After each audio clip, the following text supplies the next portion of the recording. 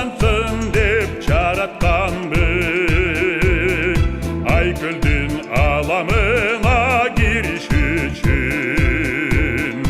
Асмандан ыр жадырган саякбайды күбөлдөп, манас айтып кирсе сүңгүп, добушон уккандардын каны дүргүп,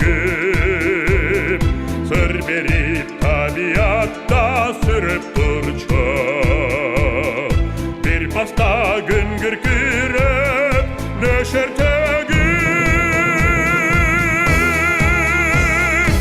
аяналып аламдан сансыз сатты жараткан. Кемеңгери адамдын сүрөткери, замандын мураскери аламдын, Ак Манасчы Саякбай.